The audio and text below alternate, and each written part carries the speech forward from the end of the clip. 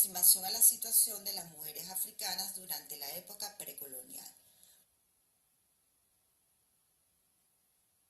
Ponencia presentada por el Ministerio de Poder Popular para la Cultura, Viceministerio de Identidad y Diversidad Cultural, Dirección General de Interculturalidad, Oficina de Enlace con las Comunidades Afrodescendientes. En el marco del Decenio Internacional de las y los Afrodescendientes 2015-2024, cuyo lema es Reconocimiento, Justicia y Desarrollo. Aprobado por la Asamblea General de las Naciones Unidas el 18 de noviembre de 2014.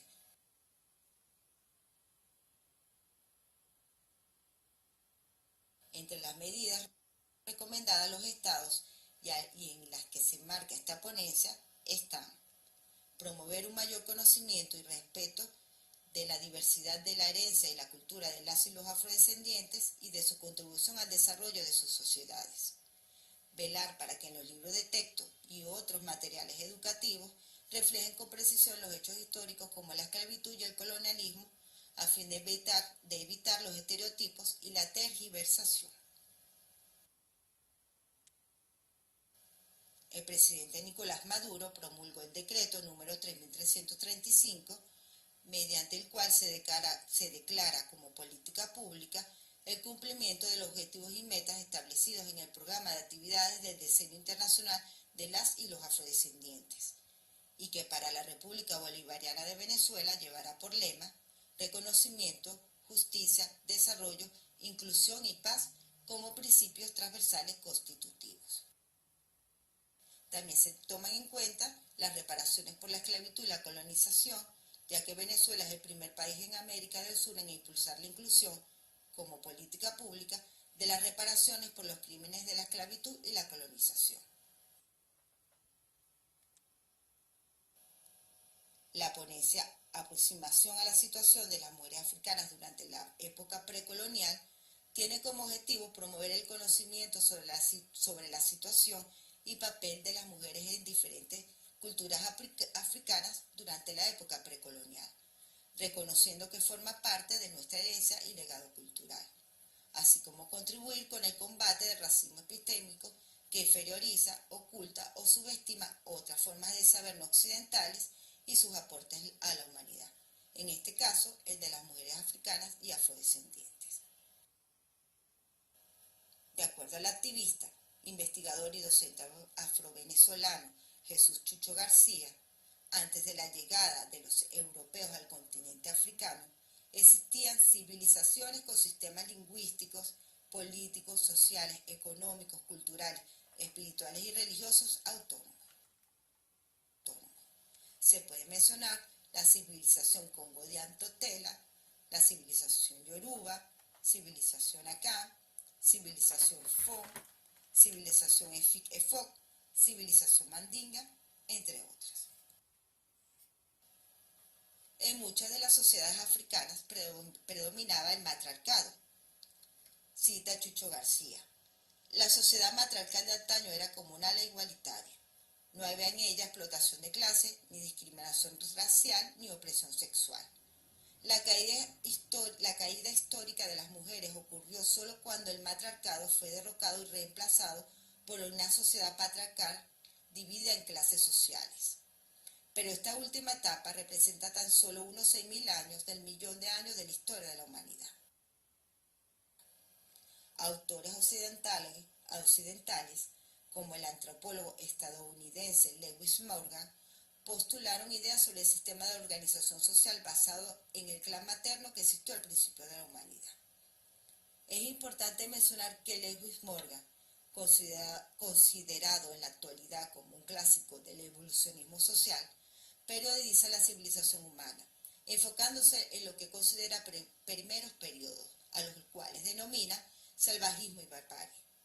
Estas ideas fueron utilizadas para justificar la obra civilizadora, entre comillas, de la colonización sobre pueblos que debían transitar del matriarcado al patriarcado. Un ejemplo es el caso del pueblo Bijagó de Guinea-Bissau.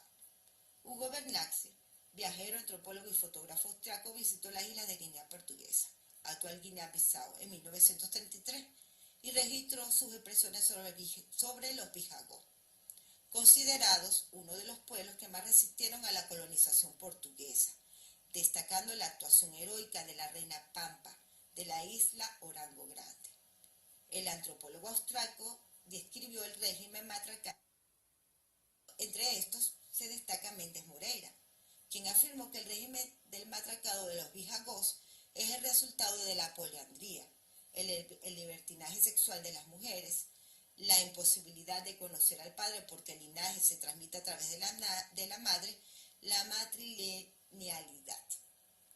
Méndez se basa en las ideas de Morgan y califica a estos pueblos en estado de barbarie, considerando el régimen del matriarcado un estado inferior al patriarcado. Fomenta así las ideas racistas que inferioriza a otros pueblos que requieren civilizarse, subestimando el papel de las mujeres desde la mirada colonial. Por otro lado, Cheikh Anta Diop, escritor senegalés, antropólogo físico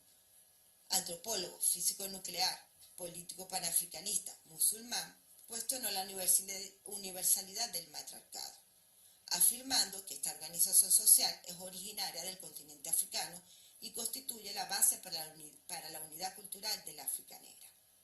Rebate las bases teóricas de los estudios antropológicos coloniales del siglo XIX y la supuesta superioridad del patriarcado. A partir de sus investigaciones y el análisis de reinos e imperios africanos, especialmente las civilizaciones cuchitas en Sudán y egipcia, consideró a las mujeres verdaderas autoridades políticas y económicas en estos reinos, quienes gobernaban de forma autónoma junto a sus maridos, hijos e hijas. También tenemos el caso de Ifi Amadiume, intelectual nigeriana, doctora en antropología social, estudia una realidad particular, la sociedad Nobi, una comunidad del grupo Igbo de la actual Nigeria, a la cual pertenece.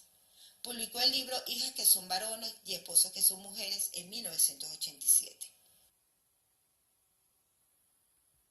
En estas sociedades, la mujer madre es biológica y afectiva, porque abriga y protege hijos e hijas que no son propias y propios, y es valorada a tal punto que es revestida de divinidad.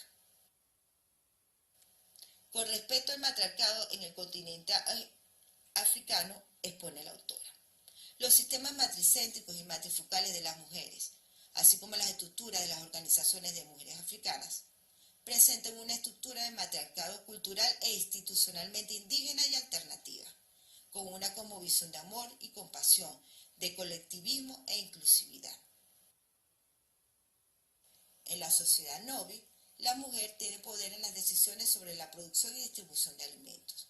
Por tanto, es a la vez reproductora y sustentadora de la vida de la comunidad, trascendiendo el ámbito doméstico, a la cual la restringe el patriarcado occidental. La maternidad compartida que caracteriza a la mayoría de las sociedades africanas difiere con el sistema patriarcal eurocéntrico, en el hecho de que la familia no se restringe en el ámbito doméstico, trasciende al colectivo, a la colectividad.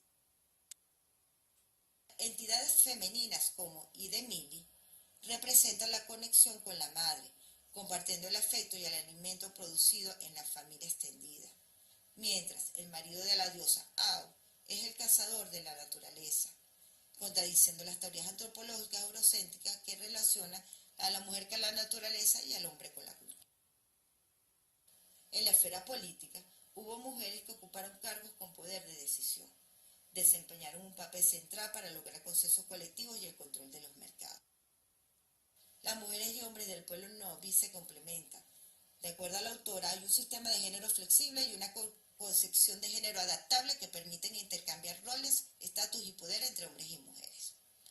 En esta sociedad, las mujeres pueden asumir roles y funciones que no se corresponden con la categoría occidental de género, ya que la primera hija puede ejercer el papel masculino y tener varias esposas. El reino Akan de la República de Ghana. Tariq Farrar estudia los reinos Akan en la mitad sur de la República de Ghana. Con organización matrilineal, ocupaban varios estados que habían sido absorbidos por el imperio ascente en el siglo XIX. La reina madre de Akan, la Oenma, o gobernante femenina, ejercía verdaderos el verdadero poder político y podía, bajo ciertas condiciones, convertirse en rey y asumir el control total de la autoridad central. Actualmente los Hakam son el grupo más numeroso de Ghana y Costa de Marfil. Se organizan en familias extensas donde rige el sistema matrilineal en la administración del poder y las propiedades. Conviven con el sistema patriarcal porque privilegian a los hijos en los derechos de la herencia, aunque si no se procrean varones, estos derechos se extienden a las mujeres.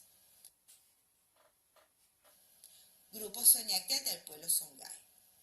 De acuerdo a los historiadores africanos Boubou Hama y J. Kiserbo, en la comunidad Soñaquet perteneciente a la gran familia del pueblo Songhai, ubicado en Guansarba, cerca de Tere, en Níger, el poder se transmite por la leche, aunque se admite que el vínculo de la sangre contribuye a reforzarlo. Pero, entre los Sercos, otro grupo del pueblo Songhai, el poder únicamente se transmite por vía de la leche. En el pueblo Soñaquet, la sucesión de la jefatura era matrilineal. Los franceses del período colonial, para alinear a los habitantes de esa aldea contra las demás aldeas Songhai, habían nombrado un héroe para mandar en esa aglomeración. Pero los Soñaquet no por eso dejaron de conservar a su casei, sacerdotisa, que continúa hasta nuestros días asumiendo la responsabilidad del poder espiritual, cuenta Ama y Kiser. Luegi, o Luegi, madre del pueblo Lunda. Ama y Kiserbo consideran que las mujeres desempeñaron un rol protagónico fundamental en el desenvolvimiento histórico de los pueblos africanos. Hijas, hermanas, esposas y madres de reyes, como esa asombrosa Luegi, quien fue todo eso sucesivamente y mereció el título de Suama Mulunda, madre del reino Lunda. El imperio reino Lunda, fundado aproximadamente en 1600, estaba ubicado en un territorio al oeste de Katanga, actual República Democrática del Congo, al noreste de Angola y noroeste de Zambia. Luegi fue designada como sucesora por su padre, el rey. Para lidiar con la atención de sus hermanos por esta designación, los ancianos recomendaron que se casara, lo que hizo con Chibinda y Lunga, cazador y príncipe heredero de los Luba. Y Lunga le aseguró apoyo militar y político para lograr la estabilidad del reino y gobernó Lunda con permiso de Luegi hasta que asumió actitudes tiránicas, por lo que fue depuesto por esta. Luegi gobernó la Federación Lunda de Tubungo, constituyéndose como la madre simbólica de Amina de Zaria, Nigeria. Amina de Zaria fue una reina hausa del estado musulmán de Zazzau, actual Zaria, al noroeste de la actual Nigeria. Se formó y destacó como guerrera, ganándose el respeto del ejército Zazzau, hereda el trono al morir su hermano Karama, convirtiéndose en la mujer Saraunilla, reina. Lideró un ejército de 20.000 hombres conquistando grandes territorios para el pueblo hausa. Singabandi o Anasinga. Singabandi fue líder del pueblo Bundo y reina de Dongo de Matamba durante el siglo XVII en la actual República de Angola. Se afirma que los portugueses usaron el nombre de su título real en Kibundo, Bola, para denominar la región conocida como Angola. Había negociante estrategia. Singa fue ejemplo de dignidad y resistencia. Quimpavita, humilde mujer concoleña, conocida también como Doña Beatriz, supo, según García, tomar el catolicismo de la ortodoxia cristiana portuguesa para utilizarlo como elemento de liberación de su pueblo. Cuenta este autor que a través de una revelación de San Antonio, Quimpavita asumió el rol de salvadora, proponiendo el retorno de los Congos a Banza, Congo, la antigua ciudad espiritual de Congo Diantotela, lugar donde supuestamente había nacido un Cristo Redentor negro. En Banza, Congo, se garantizaba la igualdad ante Dios y la reivindicación de la condición humana golpeada por los portugueses. Sus prédicas moralizaron y unificaron el pueblo congoleño, pero los misioneros y colonizadores portugueses la consideraron una amenaza. Es arrestada y trasladada a Luanda, lejos de la población que la que la veneraba. Allí fue juzgada por sus crímenes y quemada con su bebé el 2 de julio de 1706. Se estima que tenía 22 años. Oduowa, madre del mundo. Entre los mitos femeninos creadores de civilizaciones que menciona Jesús García se destaca el Yoruba, civilización ubicada en Nigeria actual y parte de Benín. Oduowa, la madre del mundo, tuvo una hija, Yemayá, y un hijo, Aganyu. Estos se casan y conciben un niño, Orugán. Estando Orugán en el vientre de su madre, este se le infla, al igual que sus senos, produciendo torrentes de agua donde nacen los orichas o dioses como Changó, dios del trueno, Ogún, dios de la guerra, y los herreros, Olokun, diosa del mar, Oko, dios de la agricultura. La ciudad santa se fundó donde nació Oduowa. Con respecto a la sociedad yoruba, también se mencionan los aportes de la académica nigeriana Oyeronke Oyegumi, quien afirma en su libro La invención de las mujeres, una perspectiva africana sobre los discursos occidentales del género, que el sexo biológico no determinó distinciones entre las mujeres y hombres en la sociedad yoruba precolonial. Por tanto, el género no constituyó la clave organizadora de esta sociedad hasta que llegaron los colonizadores europeos. Es importante destacar la posición de la antropóloga argentina, quien reside en Brasil, Rita Segato. Ella expresa desacuerdo con la afirmación de Oyeronke Oyegumi, argumentando que los orichas del pueblo yoruba tradicional presentan anatomía y comportamiento sexualizado, organizando algunos aspectos de la vida social. Eso fue así porque las parejas constituidas y sus descendientes no pudieron estabilizarse como un grupo familiar en el Brasil, donde las mujeres fueron dispersadas. La proporción demográfica entre hombres y mujeres en el contingente de esclavos fue extremadamente inadecuada y el casamiento entre esclavos fue activamente desestimulado y obstaculizado por un largo periodo y en casi todas las regiones del país. Estos factores permitieron que en la cultura del candomblé la identidad de género y la familia se constituyeran libres de determinaciones biológicas. Por ejemplo, dependiendo de su senioridad y del género de su orisha, una sacerdotisa puede ser ritualmente abordada como un padre.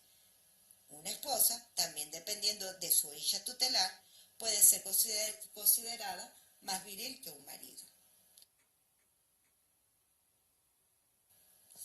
Siglo XV en África. Para el siglo XV, época de invasiones europeas e inicios del capitalismo mercantil, en la mayoría de los sistemas políticos africanos, las africanas pasaron a un segundo plano. Afirma Jesús Chucho García que, al surgir la trata negrera, en primer lugar por los árabes y luego por los europeos, la mujer va a seguir sufriendo un proceso de degradación en su condición humana.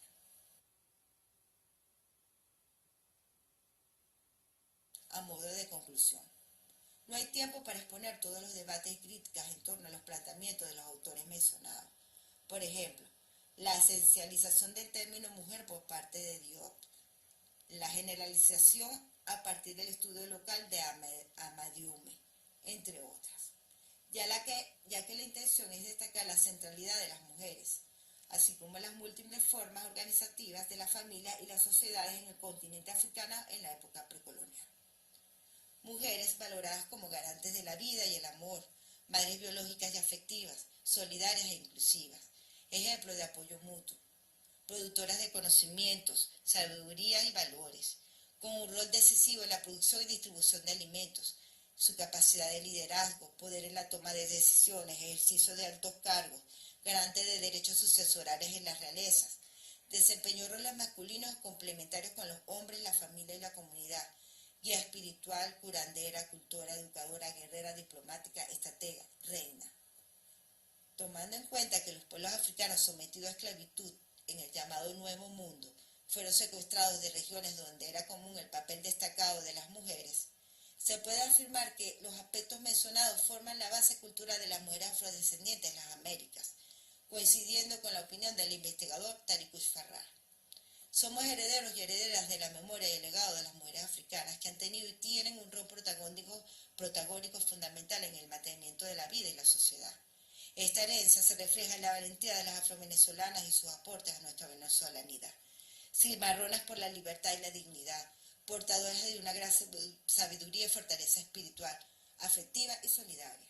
Guerreras y guerrilleras, educadoras, científicas, profesionales, luchadoras, políticas, heroínas de la patria y de la vida cotidiana. Por último, se invita a investigar con más profundidad sobre este tema y a analizar críticamente la información. Gracias por su atención.